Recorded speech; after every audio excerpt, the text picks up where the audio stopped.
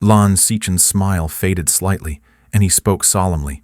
Ancestor Lan once said that in front of one's destined companion, the person they truly love, there should be no restrictions. If that is the case, then why have the chapter of conjugal union? Once the forehead ribbon is removed, how one chooses to interact and act with their beloved is a personal freedom. It is the most private and individual part of a marriage, a world belonging solely to the two of them. As long as it does not harm others, why should there be strict rules? Enforced and instructed in front of others? Lan Wangji was puzzled. Then, why are the regulations in the chapter of conjugal union so detailed and definitive? Lan Qiren smiled again. Perhaps some ancestor, fearing that the disciples would be at a loss after removing their forehead ribbon, wrote those guiding words out of affection and a habit of tirelessly teaching. Lan Wangji suddenly understood. So, what is described in the chapter of conjugal union is meant to guide, not to restrict. Lan Qiren nodded. I think that's an acceptable interpretation. Lan Wangji was silent for a moment, then suddenly remembered something important. But, uncle, he insists that he repeatedly reminds me to strictly adhere to the rules. So, Lan Qiren raised an eyebrow slightly, pressed his lips together and said, Uncle is a straightforward person, and he is unmarried. These words were somewhat vague with a slight uplift at the end. Lan Wangji and Lan Qiren exchanged a glance and then fell into silence. Lan Qiren coughed lightly. And, in Uncle's eyes, Xian. In Lan Qiren's words, that boy Wei Ying, he is always so unruly. Look at how they are together. Just look. Wangji's soul seems to be completely captivated, and this is how they behave in front of us. One can only imagine, truly imagine how they are in private. What kind of disgraceful state they must be in when they're alone. When Lan Qiren said this to Lan Qiren, Lan Wangji happened to be standing behind the screen, hearing everything clearly. At that time, Lan Qiren's expression was the same as it is now, an awkward mix of slight amusement and a bit of difficulty. Since your marriage, you've indeed changed a lot. We can all see it.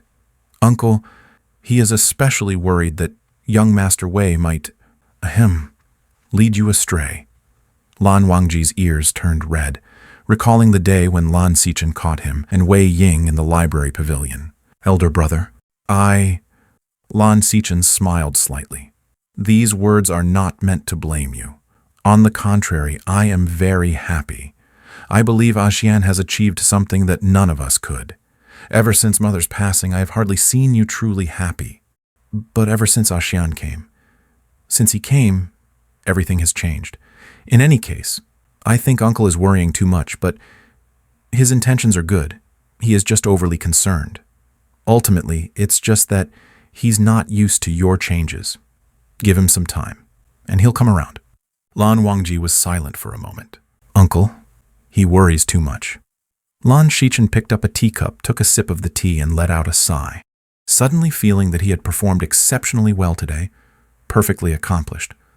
Lan Qiren glanced at his thoughtful younger brother and finally added, Xian seems to be very well behaved recently, increasingly showing the demeanor of a member of the Lan clan. However, could it be that he's forcing himself? Let's not spoil his original character. Xian's affection for you are no less than your affection for him. I think his efforts are for your sake as well. The two of you share a deep connection, with hearts in sync and unspoken words, clearly caring for each other but unwilling to say more. Instead of coming to me with complaints, why not have a good conversation and clear things up, don't you think? Have a good conversation? The four light words from Lan Qiren felt like they were weighed down with lead when they reached Lan Wangji, pressing heavily on his lips that seemed to have been punished too severely by a forbidden spell. How could he possibly say such words? Wei Ying, I no longer want to follow the family rules. These days, day and night, I've been missing you. I just want to be with you. Be with you. The sound of clothes rustling came from behind the screen. Lan Wangji's fingers faltered for a moment, producing a sound akin to a lone owl's call in the forest at night. The figure behind the screen paused, listened for a moment, sensed nothing amiss, and then resumed, lifting their long hair to casually twist it behind their head, securing it with a hairpin. Lan Wangji closed his eyes, silently rehearsing the words he had prepared in his mind. The person behind the screen stepped out, and Lan Wangji was momentarily stunned, then rose while pressing a hand on his guqian. However, the person didn't notice his action at all. Dressed in a thin, lightweight garment after bathing and wearing wooden clogs, he hurriedly stepped out the door.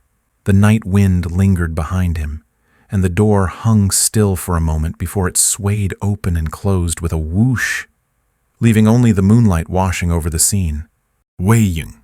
Lan Wangji hurriedly threw on his outer garment, slipped into a pair of casual shoes, and leaned forward to give chase.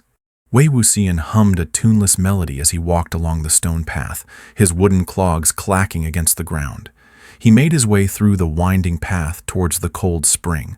Lan Wangji followed quietly behind, watching as Wei Wuxian expertly greeted the disciples, guarding the spring, passing through without any hindrance. During the day, the cold spring was used for practice sessions and was open to all, with everyone required to wear undergarments to avoid embarrassment. At night, since there were few users, one only needed to inform the disciples guarding the spring. Once it was ensured that no one else would be present, one could enter without clothes, allowing for solitary, focused cultivation with even better results. Without the sun's warmth at night, the spring water became even colder and bone-chilling, akin to being immersed in a 1,000-year-old ice cave. For those whose abilities were insufficient, soaking in the spring for too long could easily let cold and dampness invade their bodies. However, if one's luck was favorable, the effects could be exceptionally beneficial, driving away internal fire and calming the mind, yielding twice the results compared to daytime cultivation.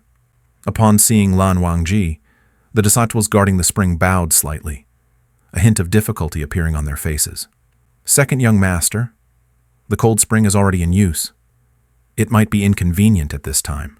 Lan Wangji's expression shifted slightly, hesitating before he finally spoke. I know it is Wei Ying. It doesn't matter. The two disciples exchanged puzzled glances for a moment, then suddenly seemed to understand, realizing the true intention behind Lan Wangji's words. Scratching their temples, they thought to themselves that the second young master and young master Wei were indeed married, so even facing each other in partial undress should not pose any issue in propriety. However, a few glances from Lan Wangji's unwavering calm and steadfast expression made the hesitant disciples suddenly panic. After all, second young master Lan's actions were flawless and upright. He himself was the embodiment of the family's code of conduct. Who were they to question him?